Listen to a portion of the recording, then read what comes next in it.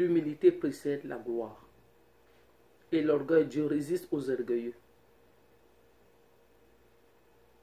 Nous ne pouvons pas être en communion avec Christ, comme notre Seigneur, sans avoir un esprit d'humilité, nous dit le pasteur Stanley. Et ce qui est très juste. Frères et sœurs, si nous reconnaissons Christ comme Seigneur, n'est-ce pas, nous le laissons faire. Ça veut dire tout simplement que nous sommes dépendants de Jésus. Mais si nous disons qu'il est Seigneur et que la plupart du temps, nous ne nous soumettons pas à sa parole et que la plupart du temps, nous n'acceptons pas que Jésus règne sur nous et dirige chaque aspect de notre vie, comment est-ce que nous pouvons être en relation avec ce Christ qui nous a sauvés?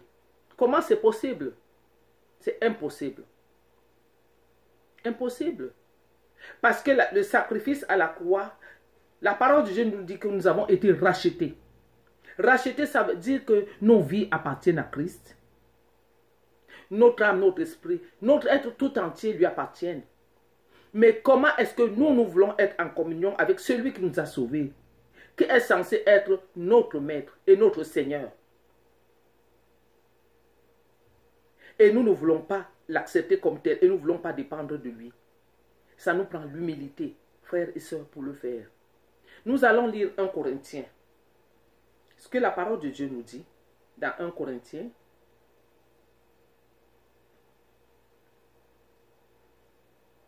1 Corinthiens 6.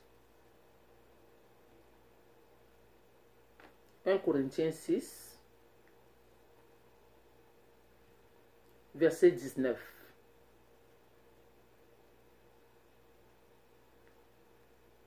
Ne savez-vous pas que votre corps est le temple de Dieu, du Saint-Esprit, qui est en vous, que vous avez reçu de Dieu et que vous ne vous appartenez point à vous-même? Ne savez-vous pas que votre corps, je répète, est le temple du Saint-Esprit qui est en vous, que vous avez reçu de Dieu et que vous ne vous appartenez plus? Est-ce que vous le savez, frères et sœurs? Parce qu'à partir du moment où tu sais que ton corps est le temple du Saint-Esprit, le Saint-Esprit habite en toi, vous n'avez pas de choix que de vous soumettre. Mais lorsque vous faites des efforts, lorsque vous vous débattez contre cette vérité, alors vous et moi, nous n'arriverons jamais. Car la parole nous dit dans Corinthiens 6 et 20 que nous avons été rachetés à un grand prix, frères et sœurs.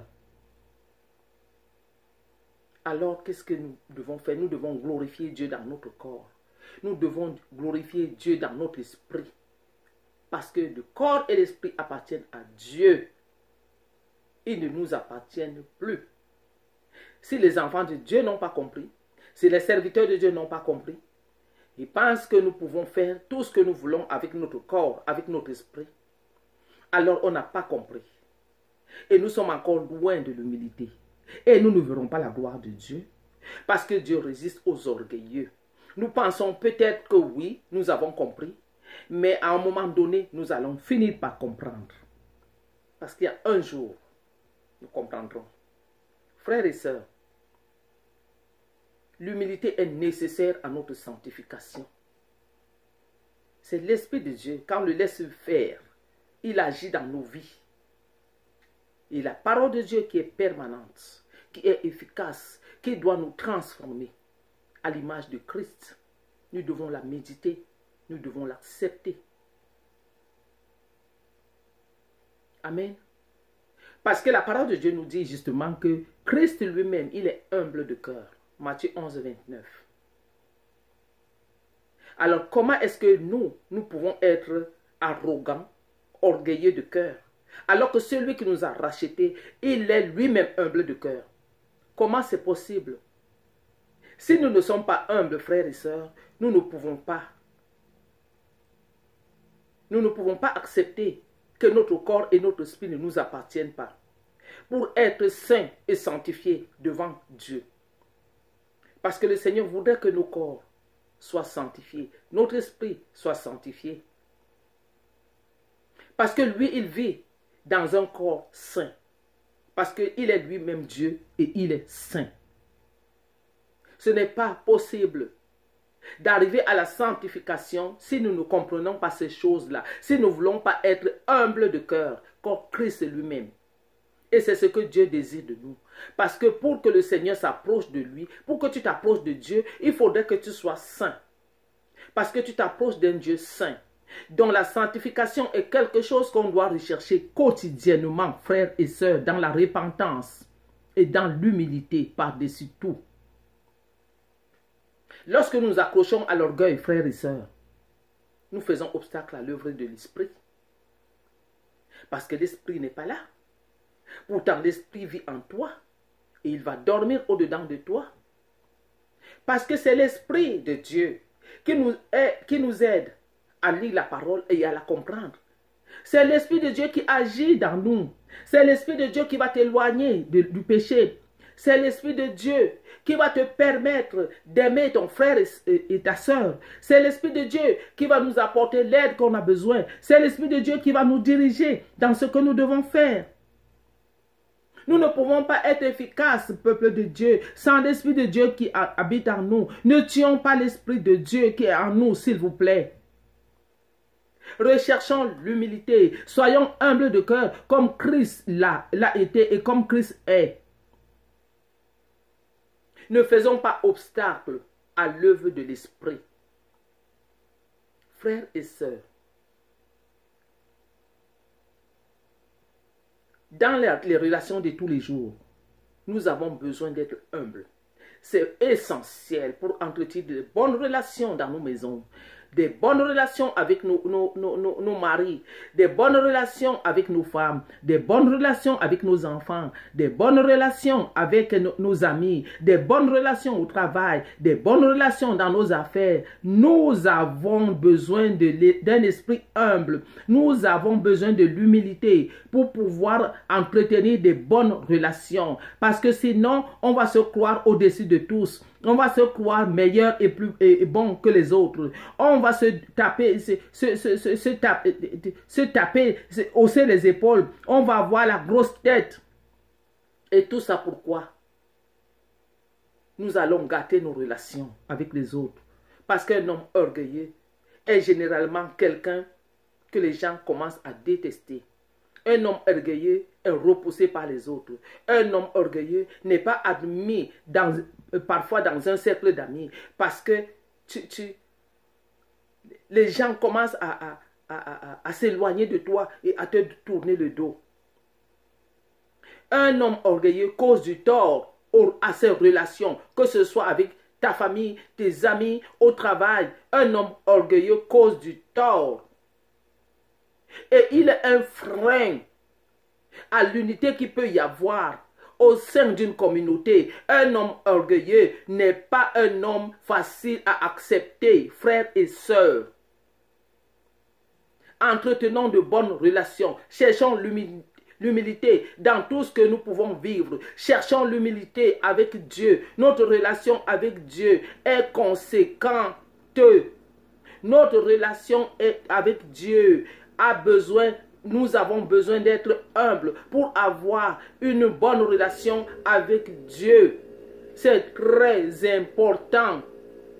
Très important, frères et sœurs, très important.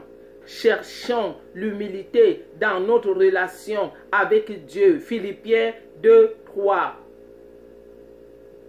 J'avoue que l'humilité n'est pas un processus rapide et facile. Comme dit le pasteur Stanley, c'est vraiment un effort, un processus de toute une vie, de chaque instant. Mais dans l'humilité, frères et sœurs, nous donnons la première place au Saint-Esprit et à Dieu. Parce qu'aujourd'hui, le milieu et les valeurs nous disent que nous devons être, nous sommes égoïstes, nous sommes égocentristes, nous avons l'orgueil, nous devons chercher à convaincre, nous devons nous réserver la première place, nous devons rechercher notre plaisir et notre avancement. Mais est-ce que c'est comme ça que les chrétiens qui ont été sauvés par la croix du calvaire, qui ont accepté Christ par la foi et qui ont la grâce de Dieu par-dessus tout, est-ce que c'est comme ça que les chrétiens doivent se comporter? Nous avons la difficulté parfois à aimer notre prochain et à lui pardonner. Pourtant, Jésus nous dit, si quelqu'un veut venir à moi, qu'il renonce à lui-même, qu'il se charge chaque jour de sa croix et qu'il me suive. Luc 9, verset 23. Nous avons la difficulté en tant que chrétiens et enfants de Dieu. Pourtant, nous regardons, oh, j'ai raison, oh, il a tort, je lui demanderai pardon, parce que c'est lui qui a commencé. Moi, je ne veux pas rentrer là-dedans, je dois me préserver mes droits. Frères et sœurs, ce n'est pas ça la parole de Dieu. Est-ce que la parole nous dit aujourd'hui, c'est chercher l'équilibre? Chercher l'équilibre. Et je vous dirais que la parole de Dieu dit que si cela dépendait que de nous, faisons la paix avec tous. Même quand quelqu'un t'a fait du mal, si tu peux chercher la paix, parce que cette paix, cette manque de paix, lie la personne et te lie. Toi, tu lis la personne parce que tu n'es pas en paix. La personne fait des cauchemars. Toi, tu fais des cauchemars. Ta vie n'avance pas. Parce que tu crois que tu es dans tes droits. Frères et sœurs, je vous sais de quoi je parle. Un manque de pardon lie les deux parties. Ne croyons pas que lorsqu'on refuse de pardonner l'autre, nous on est bien. On n'est pas bien, frères et sœurs. Et en tant que chrétiens, nous devons apprendre à pardonner. Parce que si nous ne pardonnons pas, notre Père Céleste qui est dans les lieux célestes ne nous pardonnera pas non plus. Et si Dieu ne nous pardonne pas, comment on va prier? Comment on va se tenir devant lui? Est-ce que nous serons sanctifiés? Non, parce que le non-pardon pollue le corps, l'âme et l'esprit. Parce qu'on est toujours embêté, on n'a pas la paix, on n'a pas la joie, frères et sœurs. Changeons de mentalité dans ce monde.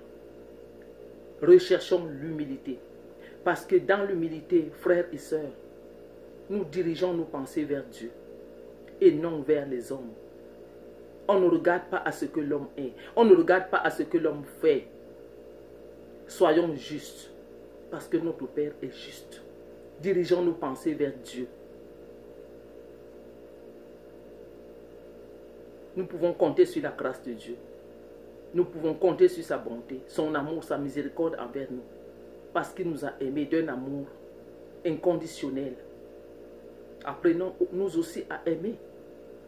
N'aimons pas seulement des personnes qui sont proches de nous. Aimons même des personnes qui sont loin de nous. S'il vous plaît.